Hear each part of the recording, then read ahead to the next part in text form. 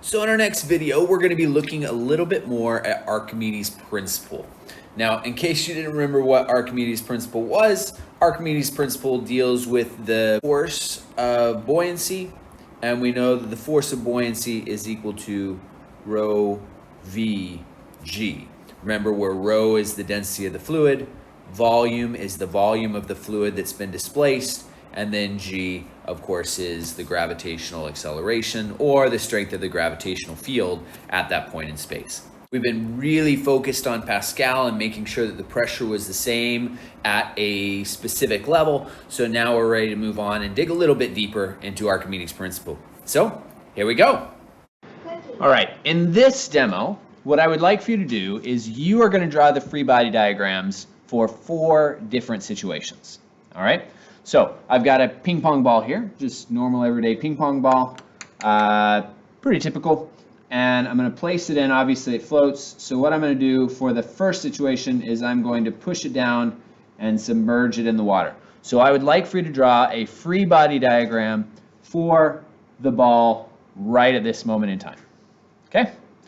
Situation number 2 is when I release the ball. So when I release the ball, obviously it goes up to the top because it floats. The second situation is the point in time when the ball is still completely submerged, but I'm not touching anymore. Okay? So somewhere in between when I release it and when it starts emerging from the water. Okay? The third situation that I would like you to draw a free body diagram for is this one right here, where the ball is just floating on the top of the water. Okay? Pretty straightforward. Now, the fourth and last one, we're going to replace the ping pong ball with a similarly sized metal steel ball, which is pretty heavy. So the last one is when I release the ball, before it hits the ground, draw a free body diagram on the ball as it's sinking down to the bottom. All right, so not right now when I'm holding it and not when it's on the bottom, but right now, somewhere in between. Okay, so draw the free body diagram on the ball as it's falling down. Now, in all of these, we are going to assume no friction. Okay, so we're assuming an ideal fluid, and in an ideal fluid, we say that it is not viscous, that there's no internal friction there at all. Okay, and so that hopefully will simplify the situation, just really thinking about gravity, buoyant force, normal forces if it's necessary, and see if you can draw those free body diagrams. All right, go for it. Hopefully at this point you've had a chance to draw your force diagrams, and so I'm going to go ahead and talk through them, and hopefully you got similar ones. Now remember, we want all of these to correspond to each other. So the first one we have is a ping pong ball being held underwater. Well, of course we have the force of gravity, and you know what? The force of gravity on my ball is going to be the same in every situation. So I'm going to go ahead and I'm going to draw those in, so those are all about the same length. Okay, because no matter what, in all 4 of my situations, I have the force of gravity down on the ball, and it should be more or less the same. Okay, now if the ping pong ball is being held underwater, then that must mean that I am exerting a force. You saw me pushing down on the ball, and so I'm going to include here a normal force of my finger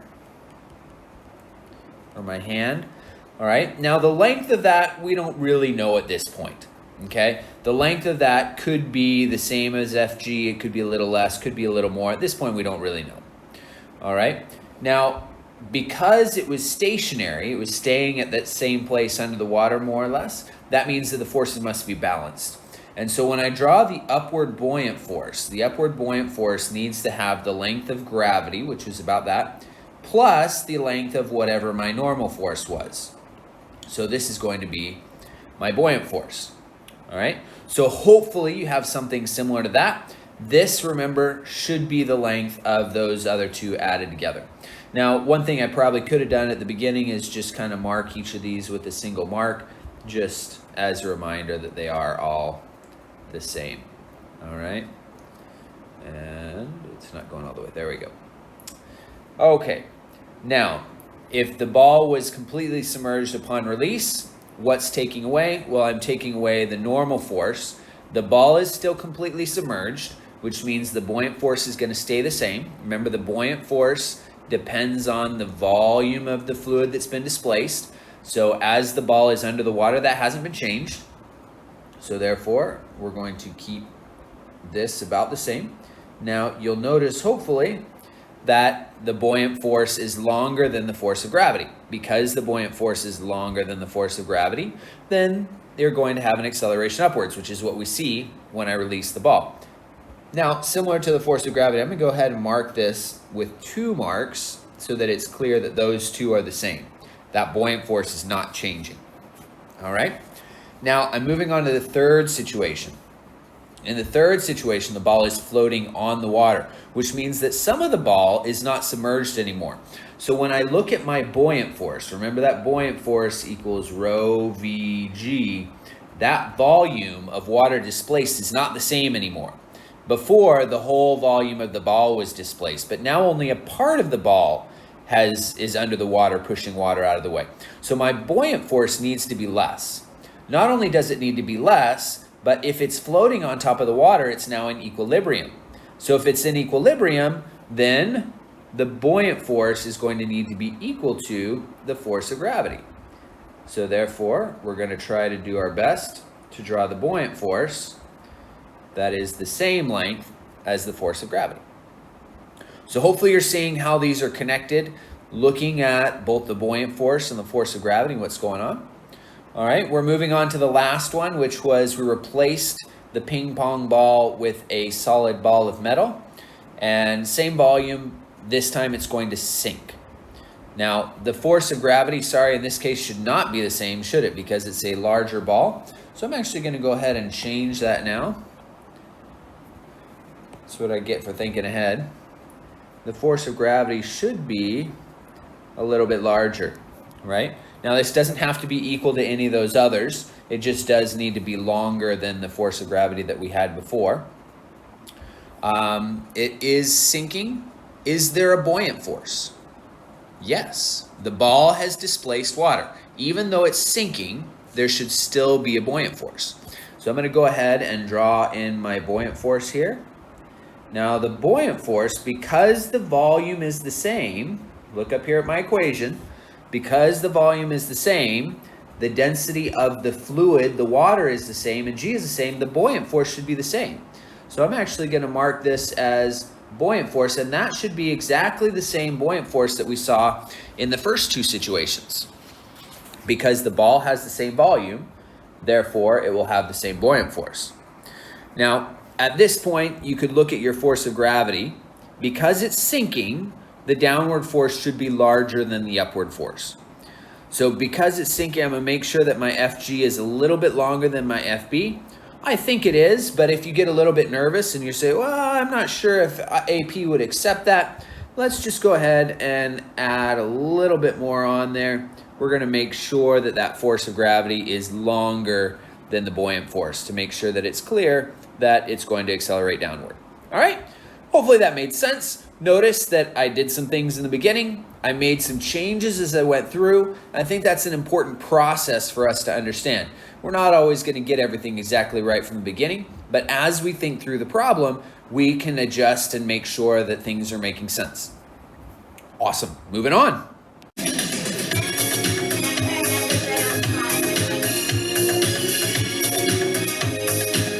All right, so here we go. A good problem here. We're lifting a statue out of the water, sunken treasure ship, probably the ocean then. The question is what force is needed to raise the statue at constant velocity? And then we'll look later at when it's completely out of the water. So two different things there. You can read through the problem more if you want. Do notice that it said you may need to search for some additional information, so be ready for that. It does say include free body diagrams. In fact, that's usually how it would start most of these anyway. So, free body diagrams, here we go. Now, you may say, well, why would you start with that anyway? Well, it says force. If it says force, chances are you're looking for free body diagrams. If it says acceleration, chances are you're looking at free body diagrams, right? So anything from last year that might remind you of free body diagrams, you're probably going to start with that. So I'm going to go ahead and do that up here. So the first situation, I'm going to draw these in first, and then we'll look at the math. So first situation, you've got the statue that's in the water being lifted up. So you've got the force of gravity which we're going to say is pretty significant because it's solid gold pulling down. You've got a buoyant force, which should be less than the force of gravity, right? Because if the gold statue were on its own, it would sink. So the buoyant force would be upwards. And then we've also got the tension upwards, which doesn't have to be the same as the buoyant force, but these two together should add up to give us the force of gravity. Why? Because it's constant velocity. So if it's constant velocity, the forces should be balanced. So there we go. There's our free body diagram for the first situation. The second situation is we have it outside of the water now, which means we've got force of gravity, which hasn't changed. So that should be the same as this one over here. And now it says find the tension of the cable when the statue is out of the water. So no buoyant force, which means in order to continue with that constant velocity, the tension needs to have the same value of force as the force of gravity there. All right, so we're gonna go ahead and assume that. This problem, of course, could come in any way, shape, or form. They could end up saying, well, assume that the tension is the same. What would happen when it gets out of the water, right? And you could ask those types of questions. So think about those things. And if you're not sure what the answer is, be sure to ask me. Now with this information, we are ready to start solving problem A. What force is needed to raise the statue? Now in order to do this, we're gonna need to try to figure out some of these things. So we got the force of gravity. Force of gravity is gonna be the mass, mg, right? Which we know the mass of the statue was 15, and we know g. So we're good there. The buoyant force here is going to be equal to rho vg.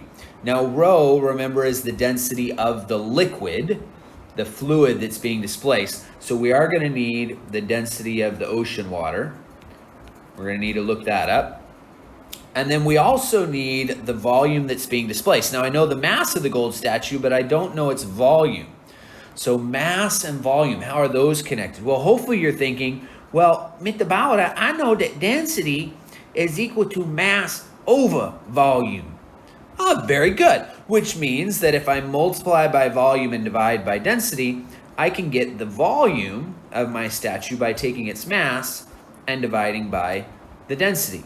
Now that would be the mass of the gold, and the density of the gold would give me the volume of the gold. So I actually need the density of gold as well. All right. Now, if I go look up those two things, I'm going to be ready to start solving this problem. So go ahead, take a second, you look those up. I'm going to go look those up. I'll see you in a minute. All right, so this is what I found. I found the density of the ocean to be between 1,000 and 1,060 kilograms per meter cubed. So I'm going to simplify. I'm going to make it 1,000, but I'm going to say that is correct to two significant figures. I know 1,060 would technically be 1,102 sig figs, but I'm going to say that it's somewhere between those two, which means it's probably a little closer to 1,000. Then if I get the density of gold, I looked it up and I got 19,300. Hopefully you got similar things. If you got different numbers, don't worry about it. Just use whatever you got. Notice that your number will be slightly different based off of whatever numbers you use there. Okay, so here we go, straight into the question. We're doing sum of the forces equals ma. Newton's second law. So we've got tension going up. We've got the buoyant force going up, and then we've got the force of gravity going down, and that will equal ma, and we know that acceleration at constant velocity is 0, so we'll go ahead and put the 0 there. Tension is what we're looking for. What is the force upward? Then we know the buoyant force there is rho vg.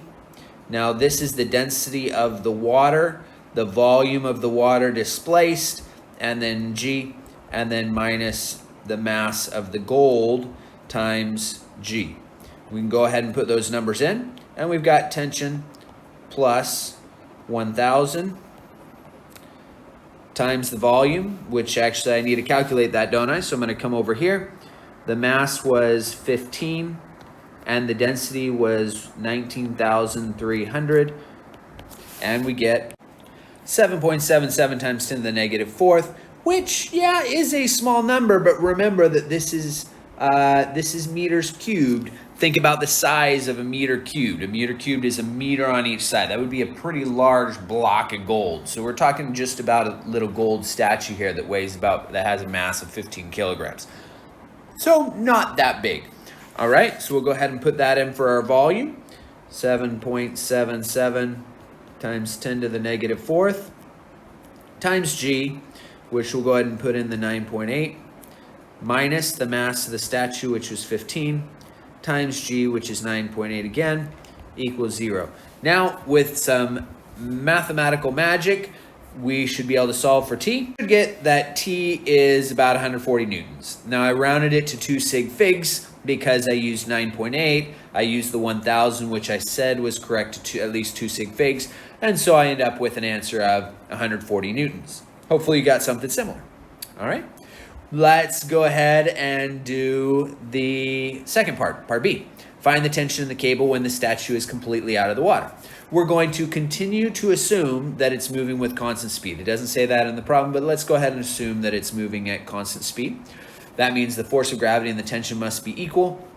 That should be a little bit easier to do because in our free body diagram over on the right, we can then see that tension minus the force of gravity then is equal to MA, which at constant speed is 0. So it's just going to be tension minus 15 times 9.8.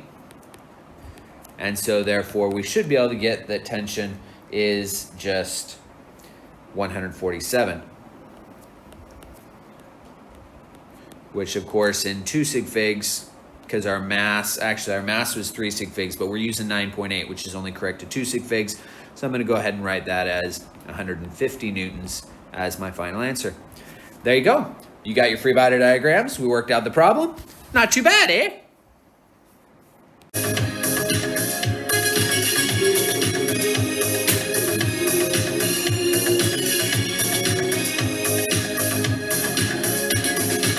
All right, we got a concept test here. Please remember that when you do a concept test, you should write down your answer. Try to answer as best you can. Try to support your answer and then check the correct answer. If you don't do that, then you're missing out on part of the learning process and part of getting your brain to recognize what's right and what's wrong. It's actually a really important part of the process. So go ahead, have a read. We've got 2 identical rectangular blocks of ice. In beaker A, the block is horizontal. In beaker B, the block floats vertically. So in both situations, it's floating, it's at equilibrium. In which scenario does it displace more water? In which situation is it going to push more water out of the way, and why? All right, go ahead, think about that. Please do pause the video, and then I'll give you the answer. All right, so at this point, hopefully you've been able to pause the video and think about it a little bit. Please recognize that in each of these situations, you're going to have the force of gravity pulling down and the buoyant force pushing up. There are no other forces present here, just these.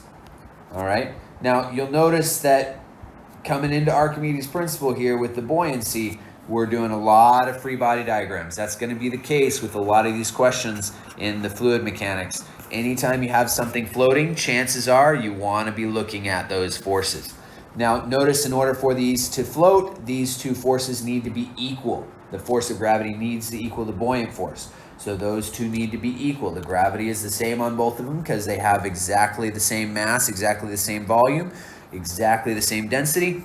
So gravity is going to be the same there. So gravity is the same, buoyant force has to be the same. And remember, buoyant force is equal to the density of the liquid times the volume of the liquid displaced times G. So if that's the case, and this is also equal to rho Vg, the density of the liquid is the same. The gravitational acceleration or the gravitational field strength is the same. So therefore, the volume displaced must be the same for both situations. It doesn't matter whether it's horizontal or vertical. All right, let's move on to the next one. So slight modification here. The ice cube in scenario B slowly melts. So we're talking about this guy right over here.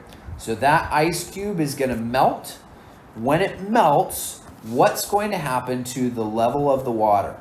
Is the level of the water going to increase? Is the level of the water going to decrease? Or is the level of the water going to stay the same? All right, so I want you to think about that. Think about that for a little while. Pause the video if you need to. Come up with an answer, defend your answer, and then watch the answer, the correct one. All right, so hopefully you've had a chance to think this through and come up with your own answer. I'm going to go ahead and try to talk through it now. This one for a lot of students is very difficult to conceptualize. If you don't get it from this explanation, please just chat with me next time I see you in class. Send me an email and I'll try to talk through it again with you. It's best in person just because we can talk about things and make sure that every single point we're okay with. But hopefully this is something that'll be able to help you out. All right, I want us to go back to our free body diagram at the beginning. Okay, so we got the force of gravity. Now remember that the force of gravity is going to be equal to the mass of the ice times g. Here we have the buoyant force. Okay, now the buoyant force is equal to the density of the liquid times the volume of the liquid displaced times g. Now, I want you to think about this. What happens when I multiply the density of the liquid times the volume of the liquid? Okay, well, you should know that density equals mass over volume. So if I multiply volume times density, I should get mass, right? So what I have here is actually the mass of the liquid being displaced. Okay, now that's important. Remember, this is the density of the liquid being displaced and the volume of the liquid that's been displaced. So this is how much water, the mass of how much water has been moved out of the way because of this ice block here. Okay, now we know that the force of gravity must be equal to the buoyant force, which means that the mass of the ice times g must be equal to the rho vg, but remember we just said that rho times v is the mass of the liquid being displaced, so this is equal to the mass of the liquid displaced times g, which means we can actually cancel out those g's, and if this is in equilibrium, then the total mass of the ice is equal to the total mass of the liquid that's been displaced here.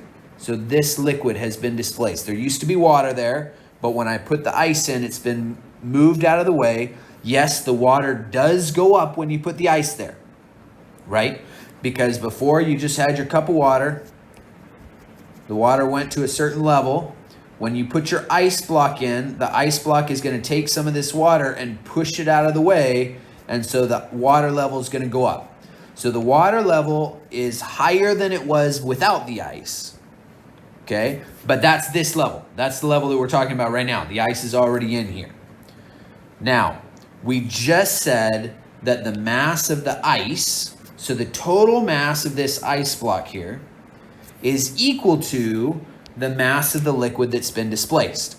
Now remember that the thing that this ice block is made of is the same as what this liquid is made of. It's water. The only difference is that the water on the top here is frozen. Now, hopefully you've recognized before that when you put water in the freezer, it expands a little bit. It gets a little bit bigger, right? That means its density decreases. The mass is the same, right? You put water in the freezer, it doesn't make you gain or lose mass. The mass is still there, right? Assuming no evaporation or anything like that, okay? But the mass of the water, the mass of the ice has to be the same. It's just it takes up more space now. Now, not all of that space has been taken up in the water, only this much. What we just said is that the mass of the ice, the total mass, that means the mass of all of this water, the mass of all of this water must be equal to the mass of the liquid that's been displaced, which is this water right here. Now what that means is when I take my ice block and melt it, and this is where it usually catches people up. When I melt that ice block, it is going to make this much water. It's just going to be equal to the amount of water that was displaced down there. That ice block is this much water when it's melted, which means it will take up exactly the same amount of space of the fluid as it did before. Because it was less dense, it was sticking out a little bit, right? There was a little bit extra mass there. Not extra mass, extra volume there. Okay? There's a little bit of extra volume there. But when it melts, it's going to melt into exactly this size because the mass, total mass of that ice is equal to the mass of the water that was displaced previously. So the answer is that the overall level of the water should not change as the ice melts. All right. Now, again, if that made sense, great. If not, try watching it again.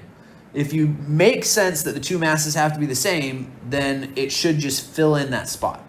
Okay. If it doesn't make sense, yeah, like I say, watch it again. And if that doesn't work, come chat with me about it. For now, let's go ahead and move on to the next one.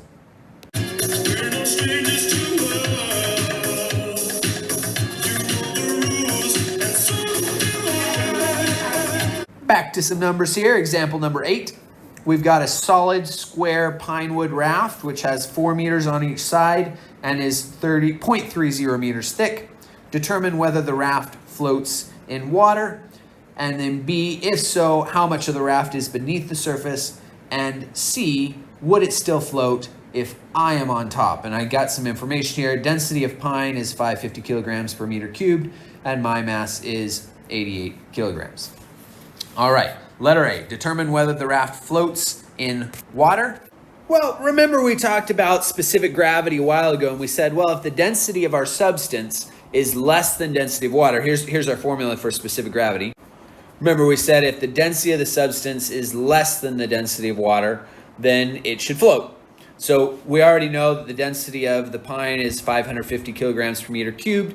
We're going to stick with water being 1,000 kilograms per meter cubed. And so we can already answer the first question, which is that yes, the raft should float because it is less dense than the water that it's displacing.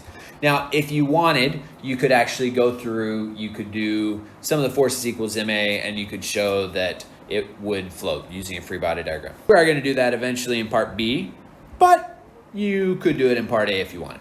All right. So let's see if we can figure this out. Well, we're probably going to start with the free body diagram. That's pretty much a given when we got something floating. I mentioned that before. So we got the force of gravity down, and we've got the buoyant force up, and that's pretty much it, right? No other forces on it. Force of gravity is going to equal mg, and the buoyant force is going to equal rho vg. Remember where v is the volume that is submerged. And so now let's see if we can put these together. It's floating, so we do know that the sum of the forces equals ma. So we've got the buoyant force upwards, we've got the gravitational force downwards. Equilibrium means no acceleration. Buoyant force will be rho vg, and then the force of gravity will be mg there, which of course should equal 0. So this is the density of the liquid, volume of the liquid displaced. Please remember that, don't forget that. So the density of the liquid is 1,000.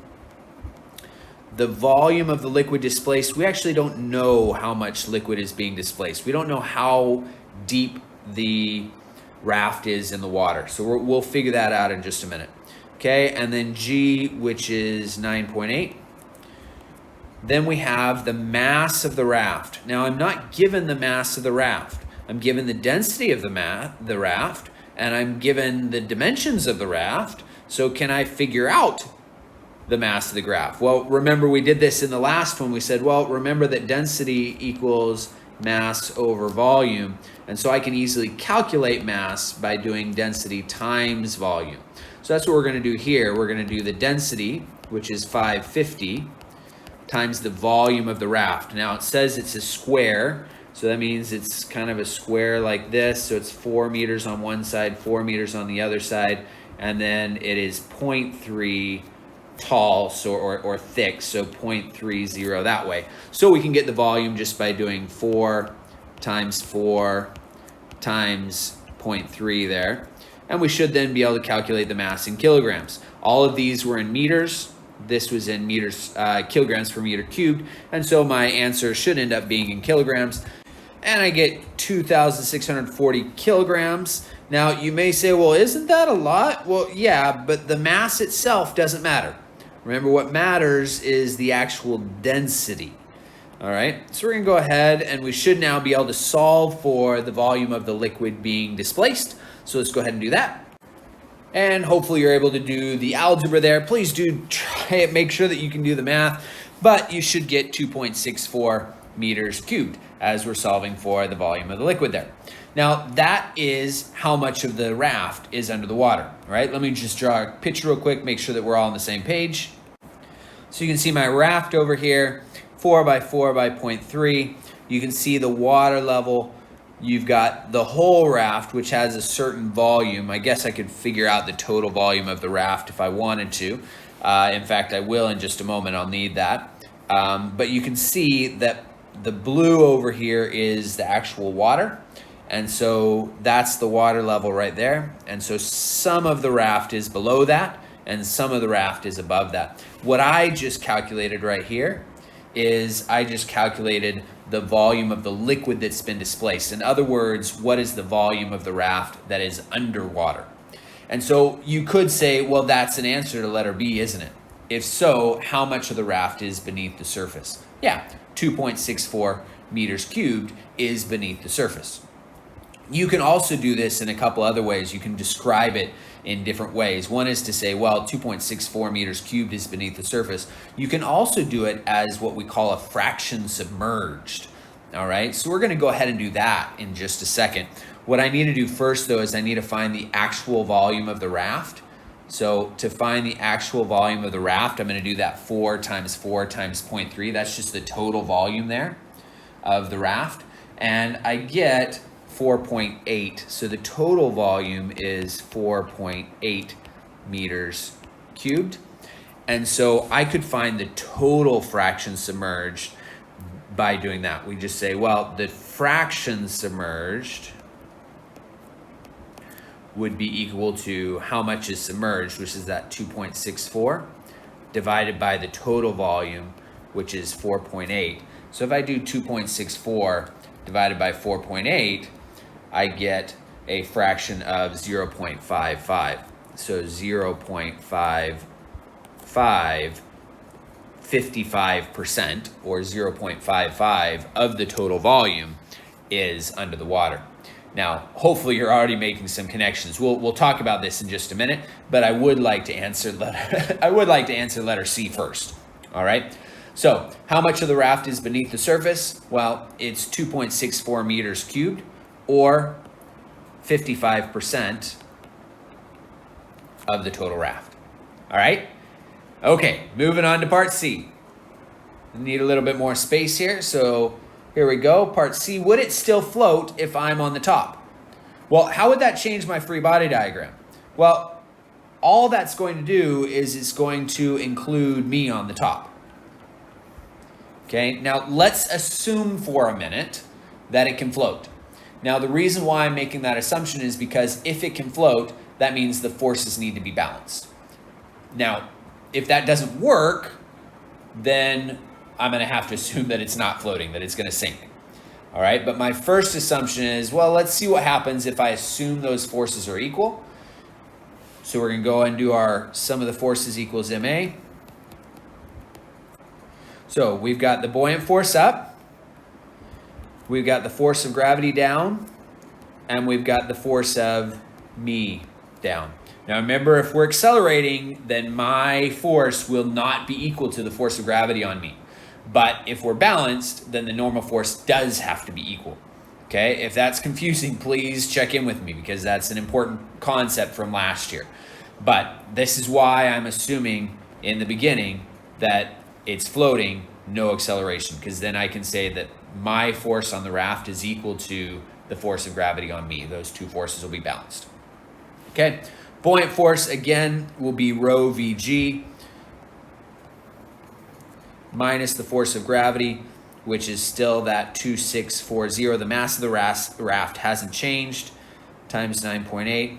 Then I'm going to subtract off my mass, which is 88. times 9.8. So hopefully I can find how much of the raft will be submerged. Basically, I'm doing the same thing, but I'm just showing how much of the raft needs to be submerged. So if I get a positive number here, if I get a number smaller than the actual volume, then it means that not all of the raft is submerged. If I get a number here that is bigger than the volume of the raft, that means more volume would be necessary in order to keep me afloat, in order to have a larger buoyant force. So we're really just checking to see, is it gonna work or not? All right, so go ahead, work that out. I'm gonna finish writing this out for you just so that you can see what the final equation would look like. And let's solve for VL. Go for it. Now what I got is 2.7 meters cubed. Now you'll notice that the volume of the water being pushed out of the way is only slightly more than when it was just the raft, right? My 88 kilograms is nothing compared to the mass of that raft and the mass of the water being displaced. Remember, this raft, picture how big that is, 4 meters by 4 meters. So that is 16 meters squared. That's a lot of space. All of that is gonna get pushed down when I step on top of it. That's a lot of water being pushed out of the way. Your raft is not gonna sink very much more. So the reality is I'm only gonna have a slightly larger percentage of the raft that's sunk now, and it's still definitely less than the total volume of the raft. This is the volume that could be submerged. Only 2.7 meters cubed is submerged. So therefore, yes, the mass is going, the raft is going to float. All right. I do want to take just a second to look a little bit more, just for a moment, at this fraction submerged thing. All right, because that's going to be something that may help you out. That's a question that pops up from time to time. All right, so I want you to recognize where that's coming from. So here we go. The fraction submerged is equal to the volume submerged of the object divided by the total volume of the object, right? That should make sense. The amount of it that's under the water is just how much is under the water divided by the total volume that's there. Now, remember that the volume submerged is equal to the volume of the liquid displaced. All right, so let's go ahead and substitute that in. So the volume of the liquid displaced divided by the total volume of the object. Now, we also know, remember looking up at our density equals mass over volume, we know that volume is equal to mass over density. All right. So this is the mass of the liquid displaced divided by the density of the liquid displaced. This will be the total mass of the object divided by the total density of the object. Now, when the object is floating, here's the neat thing. When the object is floating, why does that happen? Well, remember, that's because the mass of the fluid being displaced is equal to the mass, the total mass that's there, right? That's what we were talking about with the ice cube floating, right? And so if those two masses are equal, those guys are going to end up canceling out, which means we're going to end up with this fraction. It's just going to be 1 over the density of the liquid divided by 1 over the total density. And if you divide fractions, you can instead of dividing by 1 over density t, we can multiply by the reciprocal, and we can then get that the fraction submerged is equal to the density of the object divided by the density of the liquid. Now, hopefully that makes sense. Remember, in our question here, we ended up getting 0.55. Why? Well, because the density of the object was 550 and the density of the liquid was 1000. And so by using just a ratio of the densities, we can tell exactly how much of that object will be under the water. Now, it does get a little bit more complicated if we're adding other things in, like when I stand on it. But if it's just the object in the water, we can tell what fraction is submerged just by using the densities. Now, this process is not super important. You don't need to memorize this process of how to get from fractions submerged with the volumes down to the densities. Would it be valuable? Is it good to understand? Absolutely. But it's not that important that you can do every single step, but just understand how we got there and kind of the pieces, how we use density, how we recognize that these volumes are the same, these densities are the same. Those relationships, those connections are the things that are going to be important when we see questions that we've never seen before. All right, so there you go. You've got answered the question. We talked a little bit more about fractions submerged. Well, let's do a quick try. All right, next question.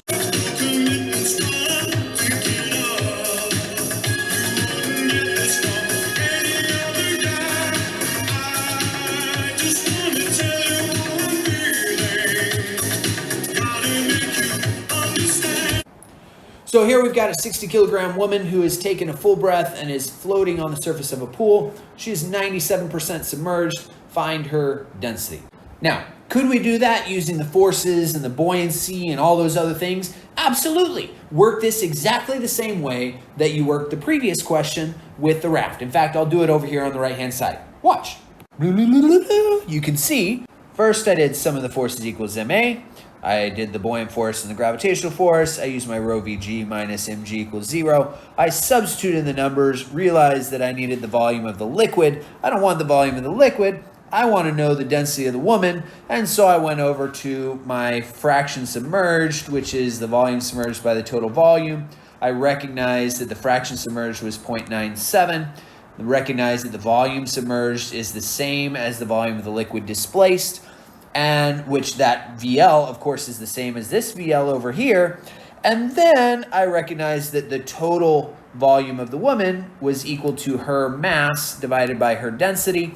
I could then solve for VL, and I could take that 0.97 mass of the woman divided by density of the woman and substitute it in, which is what I've done right here. Then I could solve and get 970 kilograms per meter cubed. Now, that's all fine and lovely. Of course, there is a better way to do this. If you just say the fraction submerged is equal to the density of the object divided by the density of the liquid, then we can say, well, the fraction submerged was 0.97. The density of the object is what we're looking for. And the density of the liquid, of course, as usual, is 1,000 for the water because it is floating on the surface of a pool. We're going to assume it's a pool of water, not a pool of mercury or anything else strange like that. So 1,000. And remember, salt water was pretty close to the same, so kilogram per meter cube. You solve that, and lovely, you get 970 kilograms per meter cube. So there you go. You got a nice way of using fraction submerged. Yeah, this is not in your formula packet. Fraction submerged is not, but it is something that they will accept if you end up having a question like that. If you have the time, sure, it's lovely to be able to show all of your understanding. Chances are they're going to ask you for something else that's going to force you to do it this way anyway. So be comfortable with it. Recognize that we basically did the same thing in this one as we did with the raft floating. We just worked through it in a different way. All right, so make sure that you're able to use fraction submerged, but please, please, please also make sure that you're able to go through this process over here. I know I went through it quickly, therefore take time on your own to make sure that you can work it out. And that's the end of this video. Let's move on to something I got a little bit of a challenge for you.